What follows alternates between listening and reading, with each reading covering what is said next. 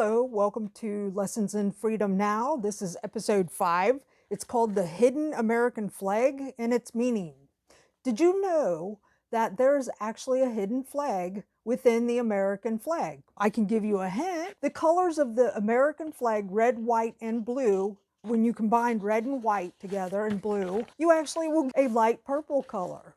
And if you leave out the white and you combine the red and the blue together, you will get a very deep purple color.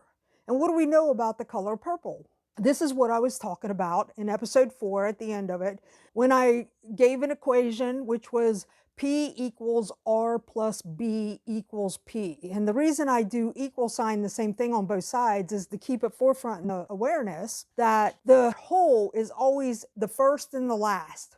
Your parts, your inductive parts, are in the center. So that which is first shall be last, that which is last shall be first. So the purple that I was making mention of was in reference to the flag, and purple is the color of sovereigns or royalty, kings and queens. I'm building on what I was talking about in the last episode, episode 4, concerning how you as the mustard seed, you as the inherent sovereign, the natural born sovereign, actually has power to move all the mountains of job titles, of agencies, of external governments, because all job titles are empty placeholders. And so they cannot encompass the whole of the individual or the human being. You come to understand that the number one export of the United States is the spirit of freedom. And spirit is the same thing as knowing. At the top of your eyebrows and above, this is the absolute world, the world of knowing. From your eyebrows down is the relative world. That's the world of belief. And the world of belief is where all the questions are. In the middle of the word belief or believe is L-I-E. So there's always a lie hidden there. It's a half-truth. And a half-truth is at the same time a half-lie, meaning there's something not quite reconciled, something not quite aligned with knowing.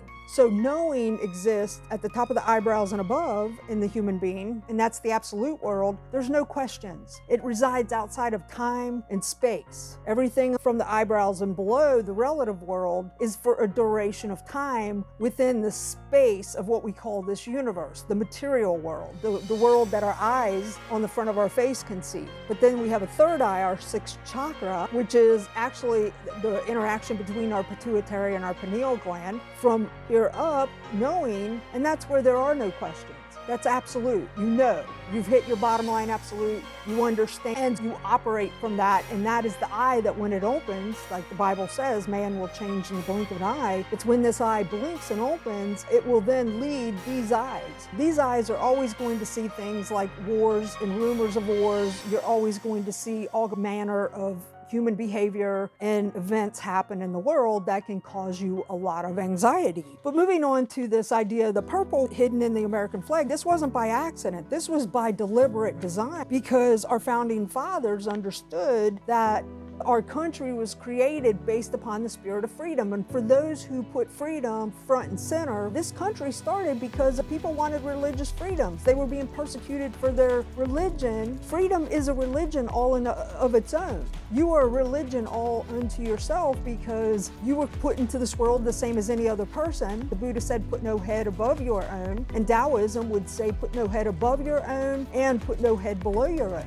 And this is what the Declaration of Independence means when they say, we hold these truths to be self-evident, that all men are created equal. It's evident. So all people are created equal, meaning they each have a life to live, and they're all seeking an immersive life experience. And because of this, here in America, it doesn't matter how we label ourselves, what religious label, what ethnic label, what any other label that we label ourselves, we're all running our own best race. And when we look to another American or to another person, we're comparing like, hey, I like the way that person operates, or I like what that person has, I might like to have that too. The difference is when you have the spirit of freedom, you understand that another human isn't your giver, that you've already been given everything from the minute you entered into this world. We're just simply pulling from our birthright and our inheritance and everything in between that we received all at once. And this is a good thing. This is what levels the playing field, is when you have this knowledge.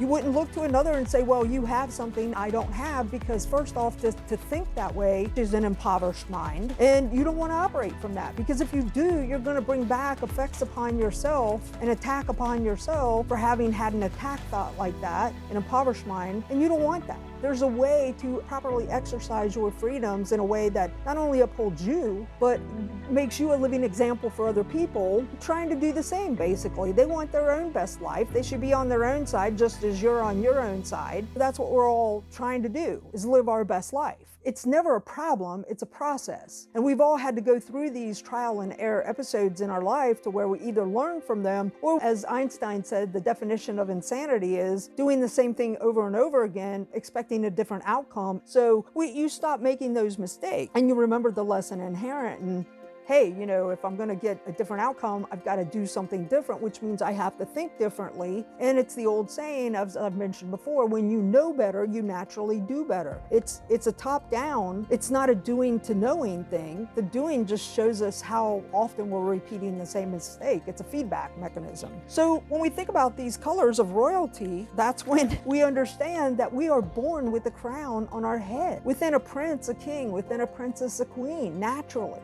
just by right of their existence. And everybody's been given the same thing. That's where equality is guaranteed. And it's to determine what's best for you. My how wouldn't be the how of anybody else. That's why I never tell people what to do or not to do. I just remind them, hey, remember who you are. Remember what you are. Remember your purpose. Your how is your own, and it's unique to you. And all I got to do is be a mirror, passively reflecting back to people the truth that's inherent within themselves. So that's why different ideologies or different methodologies that people engage in don't bother people like me. We know we're just doing our own thing, and that's not a problem. But let's look at this word, the etymology of sovereign. It comes from the old Latin superanus, and it means literally a monarch, the ruler of a country. And then when we look at the etymology of monarchy, a monarch or monarchy, it is a form of government where sovereignty is embodied by a single ruler. And a government in which sovereignty is embodied within a single, today usually hereditary head of state, such as a figurehead or a powerful ruler. Well, you've been given your own kingdom. If you're born with your own birthright and your full inheritance, the minute you come into this world, this universe, this material universe, the third dimension of space wrapped within the fourth dimension of time, then you have access to everything, to every potential behavior, action. Nothing's been hidden from you. It's actually hidden in plain sight, because when your mind leads the eyes on your face, you control 2 out of 3 things, which is how you act in every situation, and the second thing, how you react to every situation. But what you don't control is what's going on outside of you, because that's an amalgam, a compilation of behaviors and events, all being created by other people and things that are never in your control. Leonardo da Vinci, in his Vitruvian Man and his Mona Lisa, he was trying to convey this idea and this understanding, because the hidden, faceless face of God is known by the ancients to be feminine. It would be the same as silence, or that which is non-active. That's what the Mona Lisa actually represents. Symbolically, that's what that enigmatic smile is, because it's Mother Earth, Mother Nature. The female just is. It's what's sitting behind what is seen, which is the male, which is we see action, and we see the outcomes of action here in this manifested world. So form. And so the male is form. What encompasses the Vitruvian Man character is a circle. It's a circumference, and we know pi is infinite, and we know that it's encompassing a square, or the human, the physical human, which is finite. The material, the manifest, it's finite. It occurs for a time and as a specific form and within the sphere of space. So we got space-time. But how does this link back to people? So there's this hidden flag. Our founding fathers understood this. They understood that the actual true religion of every human being was first and foremost freedom, because without freedom, you can't have the full experience of your own humanness. So regardless of what your dogma is, your dogma, what you do, what your practices are, that's not a problem.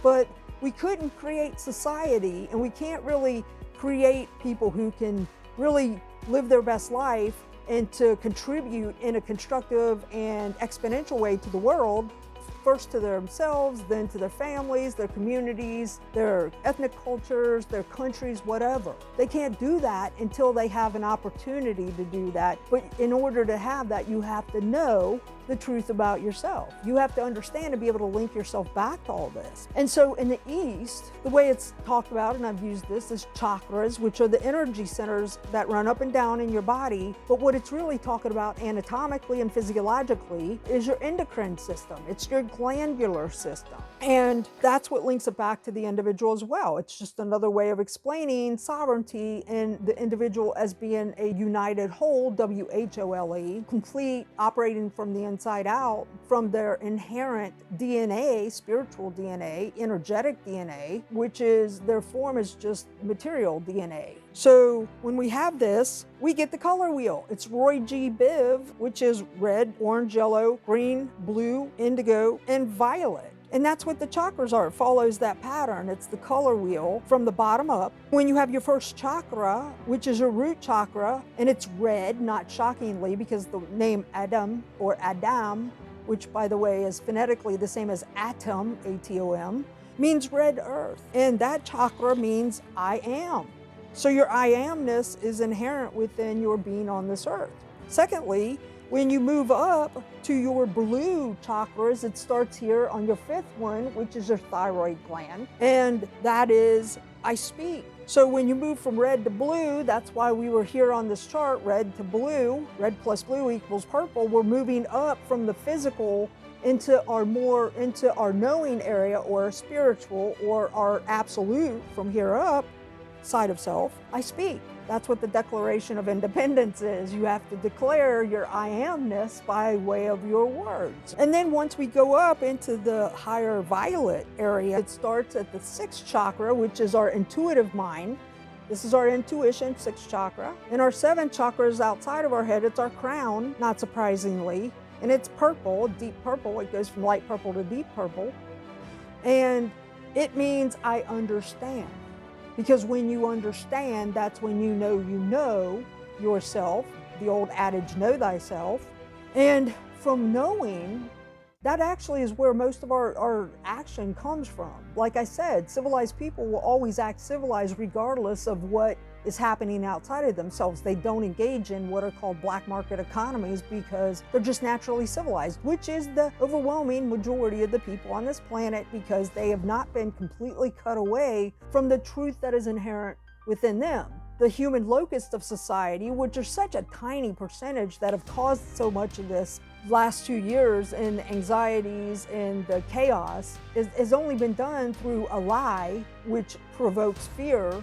And as people are moving out of fear because they're realizing the lie that it was, the whole thing, they're moving away from that. Now they're moving into their absolute place of knowing, and that's what's being catalyzed. So that's what you're seeing worldwide when you see the people come out en masse and they're saying, hey, we're not going to have these things. This is how we're voting. And we're telling you, those people who are our servants, all elected people are your servants, all external governments, they're your servants, all job titles, they're putting them on proper legal public notice. They're exercising their sovereignty. At the same time, these people, you can't reason with human locusts because they're insane.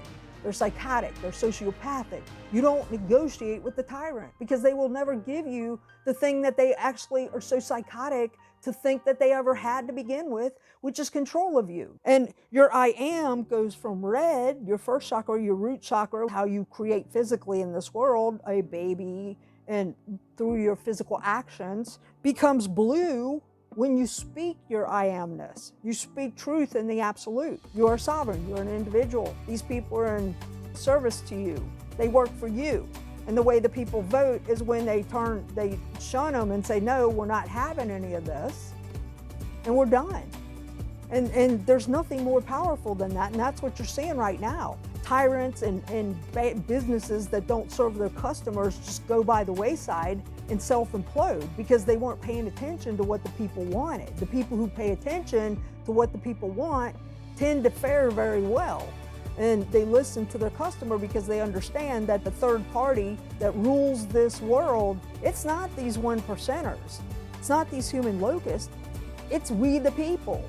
And I don't care what country you're in, because when the people get sick and tired of being sick and tired and they hit their bottom line absolute, that's when things begin to change at a grassroots level. And all it takes is one. There's an old saying in the East, if you stand against one, you stand against all. If you stand for one, you stand for all. So that's why it's so important to first know yourself, to be able to stand for yourself, to be able to exercise your inherent and inalienable freedoms and rights, and to be a living example for other people, that they look at you and they say, hey, there's a light about you. How is it you're doing what you're doing? Well, I'm doing it because, first of all, I have enough respect for myself to stand up for myself. Then you can help other people to stand up for themselves. We don't give each other anything, but we do help each other, remind each other the truth about ourselves. And so that's the importance of that, and that's the hidden flag. And so let me just say, welcome to your freedom, welcome to your sovereignty, and don't be apologetic about it, because if you're turning your life into a democracy, then you've forgotten that a sovereign is the I am. It just simply is, each and every person on this planet. We are sovereigns functioning in various styles of government systems. In America, we are not a democracy. We are a constitutional republic. When you keep that first and foremost in mind, you understand that it's we the people that hold the power. We the people who determine what happens and what doesn't happen. Even right now with these people running amok, we live in a cause and effect universe, and I'm telling you that these people the pendulum is swinging back now, the effect, and these people who have acted without law, who think that they can sneak in as wolves in sheep's clothing and occupy these public spaces, these public official positions, school boards and whatnot, and try to force their totalitarian agenda down people's throats, are finding out that the whole shebang, the whole kit and caboodle is imploding on them, and that their actions are now coming back on them as effects, and they're being knocked over. And so they're being held accountable now, that's all that ever happens to tyrants. As I've said before, it's always a bad outcome. Count on it. That's the force of the universe. In Star Wars, when it was said, may the force be with you, this is what I meant when I said, you're operating from knowing, you're sitting down, you're not standing, you're not acting, because you got the whole force of this universe behind you, helping to hold you up and protecting you.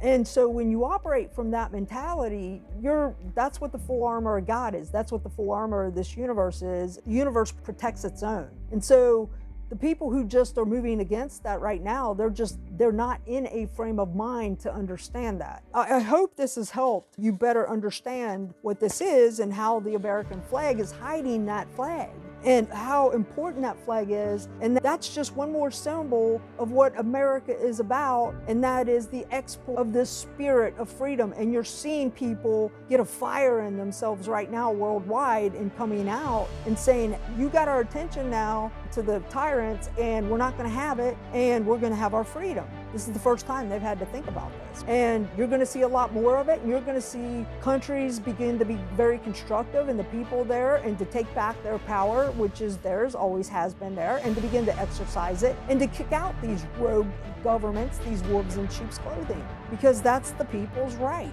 to live free. I hope you have a free life, you have a great life, that you have a great week. And until next time, I will talk more about sovereignty, and I will expand on that. Thanks for your time today.